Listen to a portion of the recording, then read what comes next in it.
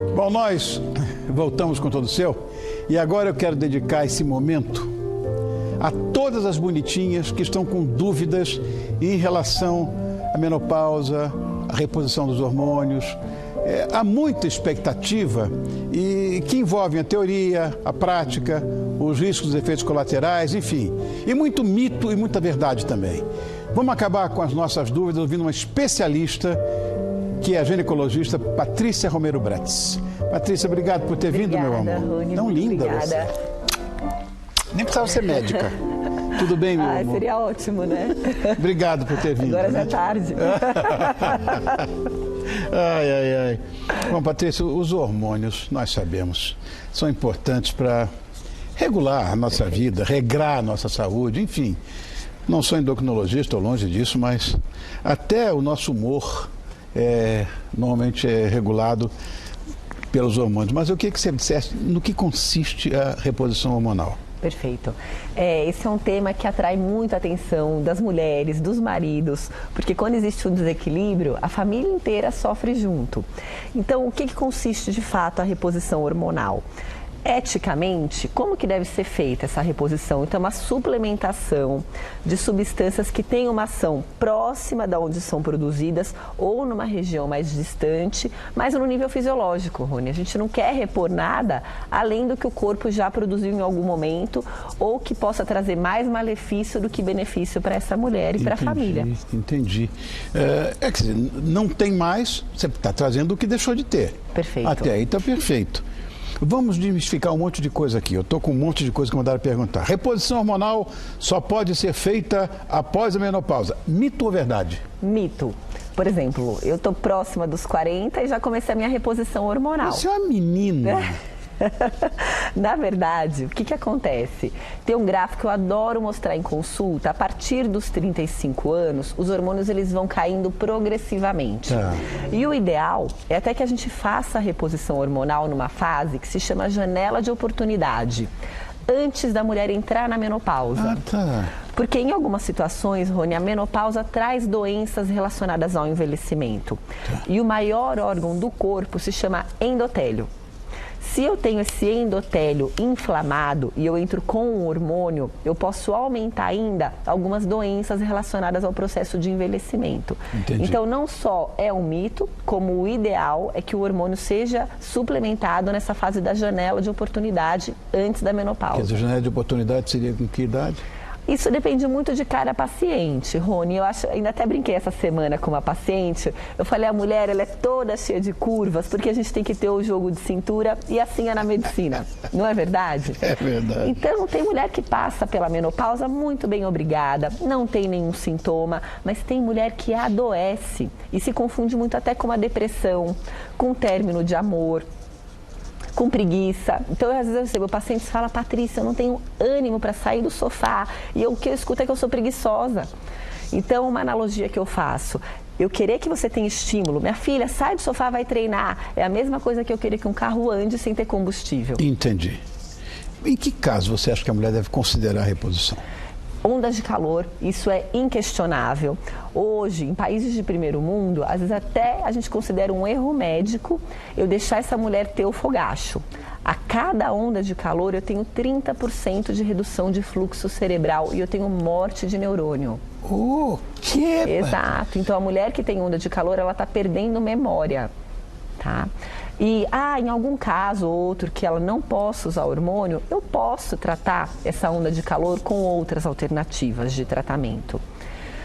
Outra coisa que a gente acaba usando, atrofia, ressecamento urogenital. Tem situações que isso é uma doença. Pacientes que têm sangramento severo numa relação sexual por conta da menopausa, infecções urinárias de repetição.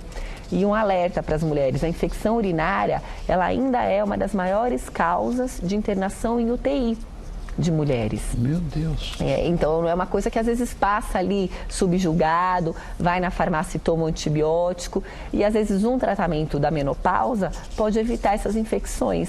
Que é recorrente normalmente, né? Que é recorrente. Então, também como adjuvante de saúde óssea, que a osteoporose também é uma doença que mata. E a sequência Muita gente pensa que quebra o osso porque a mulher cai, mas primeiro o osso quebra e ela cai na sequência. É assim. E numa fratura de fêmur, eu tenho 20% de óbito no primeiro ano. Quantos casos a gente não conhece aí, vocês em casa, a senhorinha caiu, desenvolveu ali uma complicação decorrente do tratamento da fratura, uma pneumonia, uma trombose e acabou indo a óbito. Verdade. Então, de cada 10 senhorinhas com fratura de fêmur, 2 morrem e 8 vão ter uma sequela permanente aí para o resto da vida.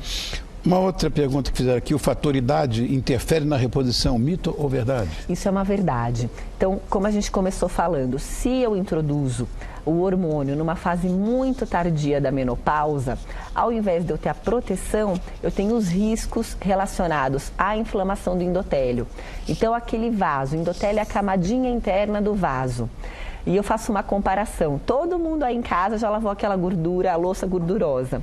Aquele sobrenadante que fica é o que vai se acumulando dentro dos vasos. Então ele vai entupindo a microvasculatura e eu tenho o derrame, as doenças cardíacas. Colocar hormônio num vaso com uma situação como essa é uma situação de risco. Tá? Então isso é uma verdade. A outra aqui. Reposição hormonal eleva o risco de câncer. Mito ou verdade? Posso ficar em cima do muro com essa pergunta? Por quê? O que os trabalhos atuais falam? Todo hormônio, ele funciona no mecanismo chave e fechadura. Então, antigamente a gente tinha os hormônios equinos conjugados, da urina da égua, eram hormônios sintéticos, numa dosagem muito alta. Hoje, a nomenclatura bioidêntica, ela ainda ficou muito taxada, porque se o hormônio não tiver algo semelhante ao receptor, ele não vai funcionar. Então, todo hormônio, em teoria, ele é bioidêntico. Mas hoje nós sabemos que existem hormônios mais puros, mais naturais, mais semelhantes ao que o corpo produz. E o que a literatura fala com trabalhos de melhor qualidade, Rony, é que parece até que talvez exista um papel de proteção contra o câncer de mama para esses hormônios de melhor qualidade. Então, interessante, então né? É mito essa história do que o hormônio dá câncer. Podemos considerar que sim. E olha uma analogia que eu também sempre falo. Quantas mulheres com 20 anos você conhece que tem câncer de mama? Eu não conheci nenhuma. E como que estão os hormônios dessa paciente? Não tenho a menor ideia, tudo em ordem, né? Tudo alto. Mulherada de 20 anos, tudo bem. E as de 80 anos? Já caiu tudo. Já caiu o nível hormonal, claro. A mama também, mas o câncer de mama, nas mulheres de 80 anos, eu tenho um caso para cada 8 mulheres. E os hormônios dela estão baixinhos. E aí, eu levanto a questão, será que o hormônio é o vilão dessa história? Claro que não. Então, a questão é que quando começou a se estudar o hormônio, foi lá na década de 60. Logo depois que descobriram a pílula anticoncepcional, que foi uma revolução para a saúde da mulher. Isso fez com que a gente até pudesse competir em mercado de trabalho, mas não tinha critério de estudo. Então misturava todo mundo num balaio. A obesa com a magra, a tabagista, a que tinha um histórico com a que não tinha. E criou-se uma série de inferências a partir desses estudos, que é o que a gente fala que não tinha randomização. Tá. Sabe aonde começou a minha paixão pelos hormônios? No Hospital do Câncer, onde eu fiz a minha primeira especialização, há quase 10 anos atrás.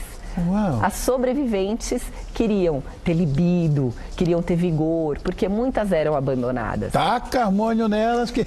E algumas não tinha nada a ver. Então eu falava, eu tive um câncer de colo uterino, que é relacionado a uma infecção pelo HPV. Por que eu não posso usar hormônio? E quando a gente trabalha nessa área, além do diagnóstico de câncer, na sequência vem a questão do abandono do parceiro, aquela mulher que foi castrada. Então eu falo isso com muita propriedade, tem que ter critério, tem que ter a curva da mulher, o jogo de cintura, para individualizar cada caso. Mas eu acho que o hormônio é o combustível que muitas vezes falta para botar o carro para passear. Eu não tenho nenhuma dúvida em relação a isso, não tenho mesmo. Também tem uma outra coisa que muita gente fala, já ouvi falar disso tantas vezes, que isso me parece que é mais verdadeiro, né? Que o risco de um ataque cardíaco, de um derrame, isso é verdade? Isso é verdade se eu introduzir naquela fase muito distante da janela de oportunidade. Tá. E esse questionamento, Rony, ele é fantástico. Para você ter uma ideia, no período fértil, eu tenho uma mulher para 6 homens infartados. E na menopausa, equivale a 1 para 1. Olha. Então, o estrogênio, oportunamente, ele tem um papel de proteção, na janela de oportunidade. Mas se vier uma senhora de 80 anos para iniciar uma reposição hormonal com estrogênio, talvez isso aí pode aumentar o risco de uma doença cardiovascular. Entendi. Patrícia, existe mais de um procedimento para reposição hormonal? São vários, né? Existem vários.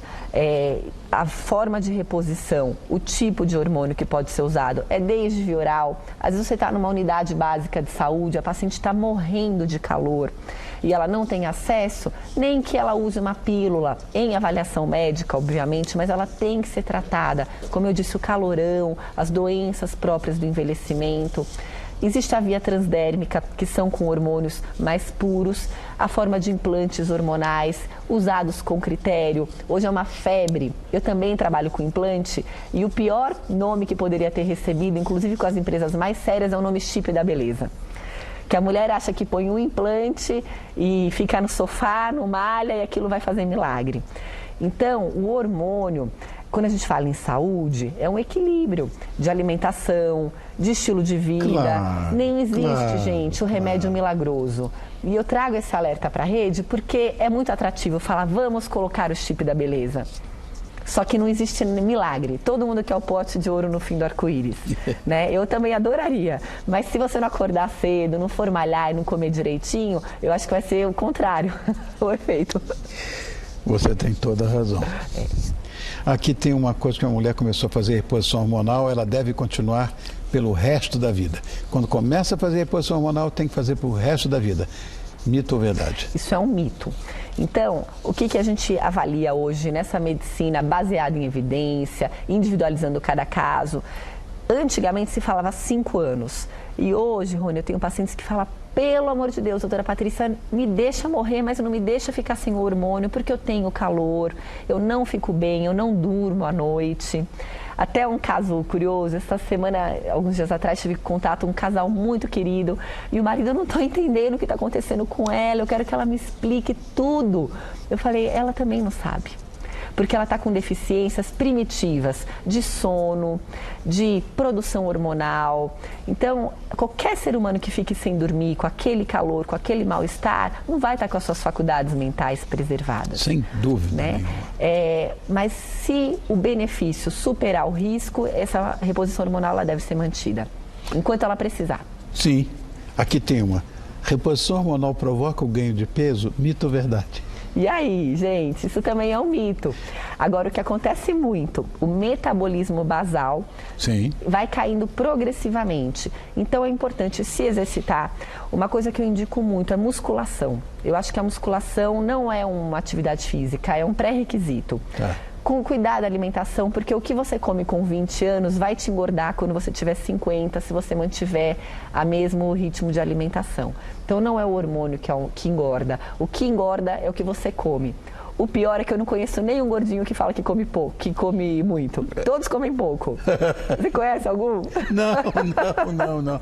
Agora, em compensação, em Biafra, você não vê ninguém gordo, né? Então, não come.